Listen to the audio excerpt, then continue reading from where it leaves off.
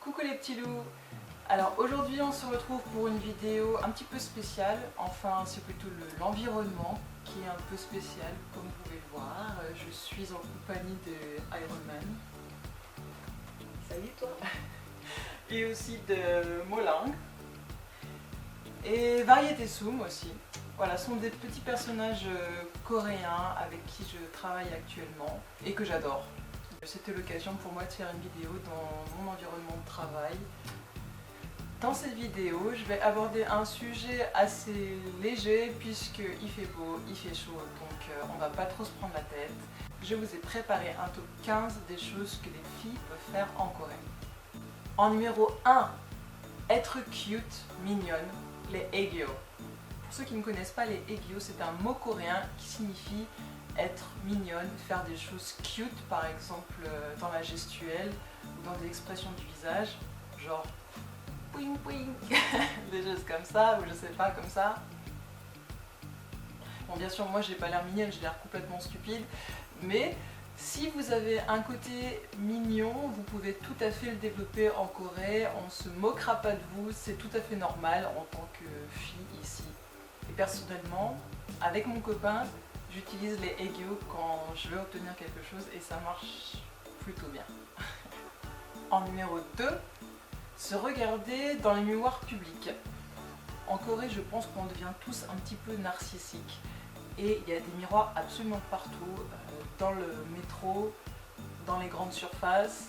C'est impossible de passer une journée sans passer devant un miroir. Et très souvent, vous verrez des gens qui se recoiffent, des filles, des garçons. Personne ne les regarde. Donc c'est vrai que moi aussi maintenant, ça m'arrive de m'arrêter devant un miroir en plein milieu d'une station de métro. Et puis je me recoiffe, je regarde si mes vêtements sont bien ajustés et ça ne choque personne. En numéro 3, se remaquiller n'importe où. Par exemple, dans le métro, le matin, je vois des filles qui se maquillent, mais aussi devant des miroirs, dès qu'il y a un miroir.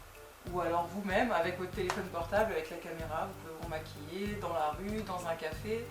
Je sais bien que c'est quelque chose qui doit certainement se faire aussi en France, mais en faisant ça, je pense qu'on va avoir des regards assez négatifs. Alors qu'en Corée, c'est quelque chose de tout à fait normal, personne ne va vous calculer, donc pas de stress. Vous avez envie de vous maquiller, faites-le sans problème. Vous êtes une fille après tout, donc vous avez le droit. Numéro 4. Porter des vêtements mignons, roses, des accessoires, etc. Ça va un peu avec le numéro 1. Si vous avez un côté très mignon, très cute, n'hésitez pas à le mettre en avant en Corée. Les Coréens aiment ça.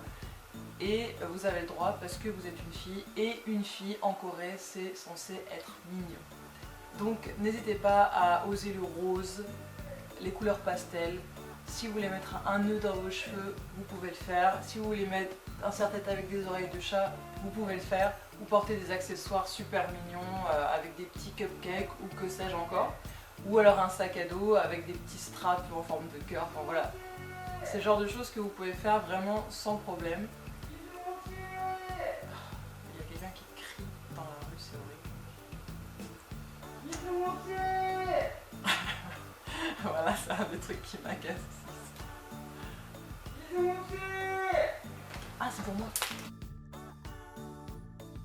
En numéro 5, vous habillez ultra sexy et ultra court.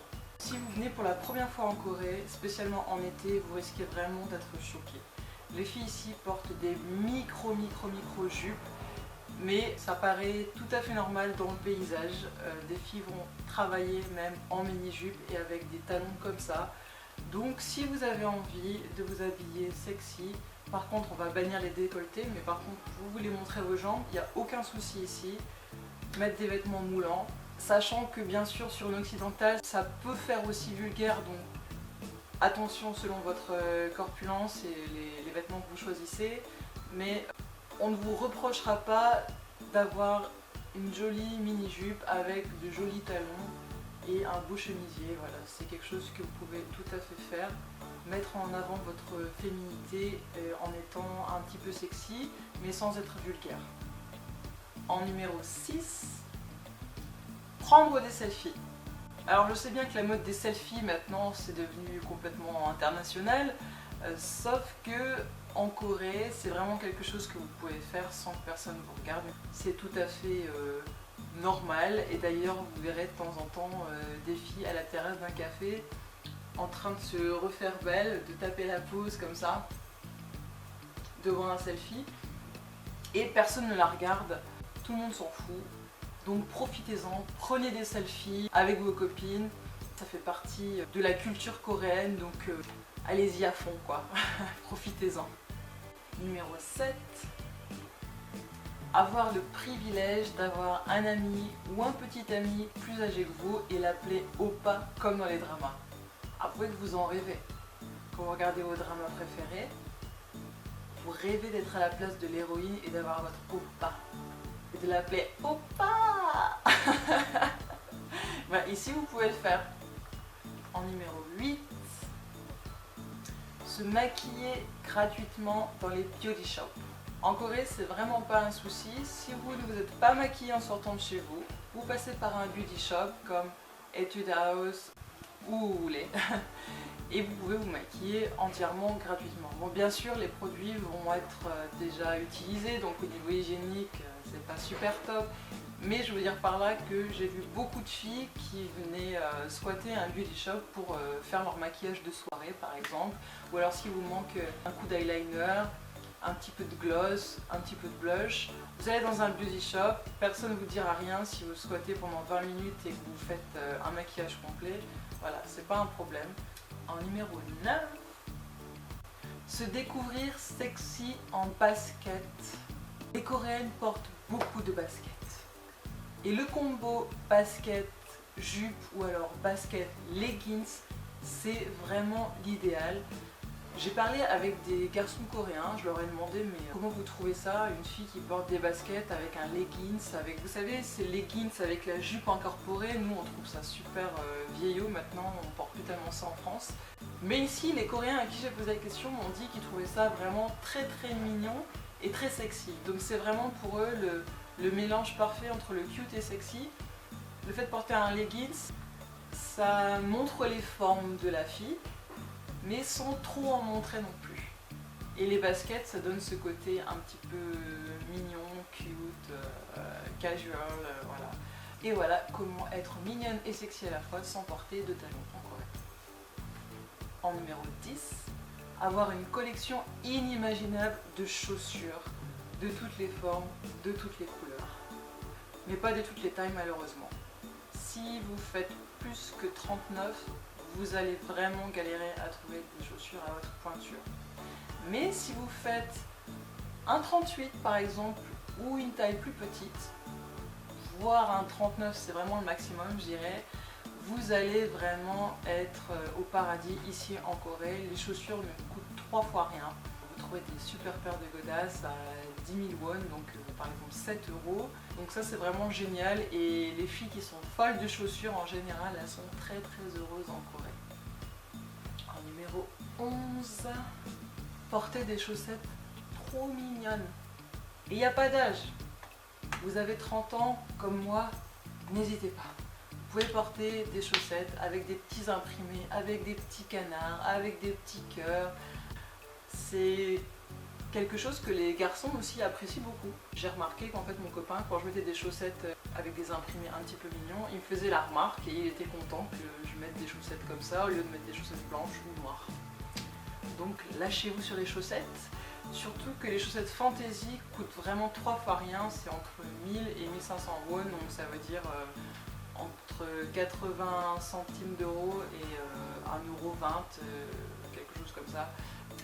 Numéro 12. Porter des lentilles de couleur sans que personne ne dise rien.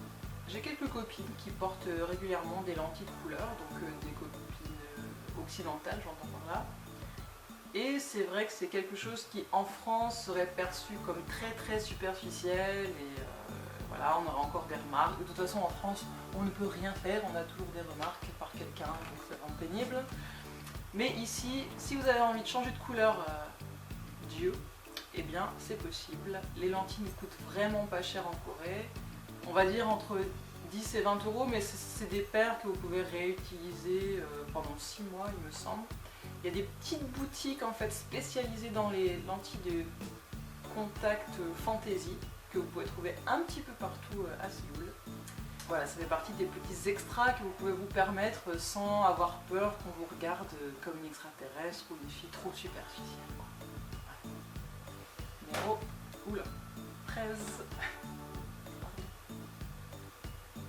Qu'est-ce que je voulais dire déjà? Portez du vernis multicolore sur vos doigts et sur vos pieds.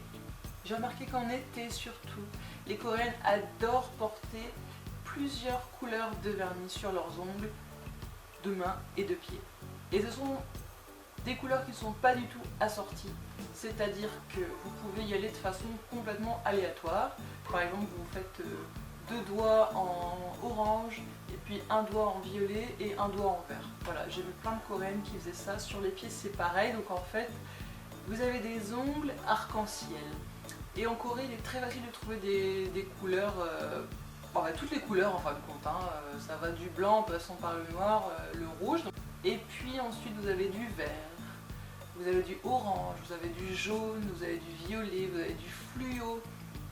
Et par exemple, chez Etude House, vous pouvez trouver tout un dégradé de couleurs. Par exemple, vous avez, si vous allez dans une grande boutique Etude House, vous allez trouver 10 teintes de rose différentes, partant du plus foncé au plus clair. Mais j'ai remarqué que les Coréennes aimaient beaucoup mixer les couleurs, où parfois elles ont seulement 2 doigts qui sont vernis, et puis les autres sont naturels ou avec du vernis transparent. Donc c'est vraiment, voilà, laissez parler votre âme d'artiste.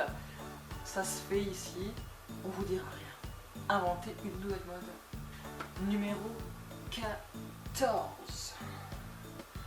Habiller son chien en poupée. Si vous avez un mignon petit chien avec vous en Corée, ou même en France et que vous venez en Corée, vous pouvez lui acheter des petits vêtements tout mignons. On en trouve très facilement un peu partout ici. C'est surtout en extérieur. J'ai rarement vu des boutiques qui proposent des vêtements pour chiens. Il y en a quelques-unes, mais bon, il faut connaître les adresses. Par contre, on en trouve dans les marchés de rue. Par exemple, à Hongdae, je sais qu'il y en a vers la sortie de la station. Exit 2. À Myeongdong aussi, plusieurs. Et c'est pas très cher. On va dire que ça va jamais dépasser les 15 €, peut-être entre 8 et 15 € maximum. Et vous allez trouver tout type de costumes, ça va aller du hanbok en passant par la robe de princesse, le costume de Superman pour chien, enfin bon, vous voyez un peu le genre. Ah, il y a aussi, ce que je trouvais très mignon, il y a aussi des hoodies, vous savez, c'est des petites jaquettes avec une capuche, avec des oreilles de chat ou de chien. Bon bah même si votre chien il a déjà des oreilles, bon, ça fera double oreille, c'est pas grave. Ou pour l'hiver aussi, il y a des petits manteaux en fourrure et tout ça, donc c'est super mignon. Si vous avez un petit chien et qu'en plus il est habillé, vous allez être la star de votre quartier, ça je peux vous l'assurer parce que j'ai testé ça avec le chien de ma copine l'année passée. Je pouvais pas faire 3 pas sans qu'on m'arrête dans la rue. Et en numéro 15, être une chieuse ou une princesse si vous préférez. En Corée, les filles, en tout cas les filles coréennes, ont la réputation d'être des princesses, d'être des chieuses. Mais vous allez me dire, toutes les filles sont des chieuses? Oui, c'est vrai. Et ici, d'autant plus qu'ailleurs, vous pouvez, sans abus bien entendu, mais vous pouvez jouer un peu les princesses, vous pouvez faire des caprices, ça passera auprès des Coréens. Les hommes coréens ont l'habitude, trouvent ça normal, même si bien sûr ça les agace, mais disons que je pense que les Coréens de façon générale vont accepter plus facilement d'une fille qu'elle soit un peu princesse, un peu pénible, plus qu'en France par exemple. Et d'ailleurs, je ne sais pas pourquoi, mais apparemment, les Coréens aiment les filles un peu chieuses sur les bords, quoi. Je dirais pas des princesses, mais des filles qui râlent, qui tapent des colères, je sais pas. Moi j'ai l'impression qu'ils aiment ça et qu'ils aiment pas les filles trop faciles d'accès, qui disent jamais rien, qui sont trop calmes. Bon, je ne sais pas pourquoi, mais la fin de ma vidéo a mystérieusement disparu. Donc je vous retrouve ici en espérant que vous avez aimé cette vidéo. Je vous invite à la liker, à la partager, à la commenter. Et n'oubliez pas de me retrouver sur Facebook et à vous abonner à ma chaîne YouTube. Et on se retrouve très bientôt. Bye, je vous aime. Please don't see just a girl caught up in dreams and fantasy. Please see me reaching out for someone I can't see. Take my hand, let's see where we wake up tomorrow. Best laid plans, sometimes I just one night stand. I'll be damned, Cupid's demanding back his harrow. So let's get drunk on all tears and God. There's the reason.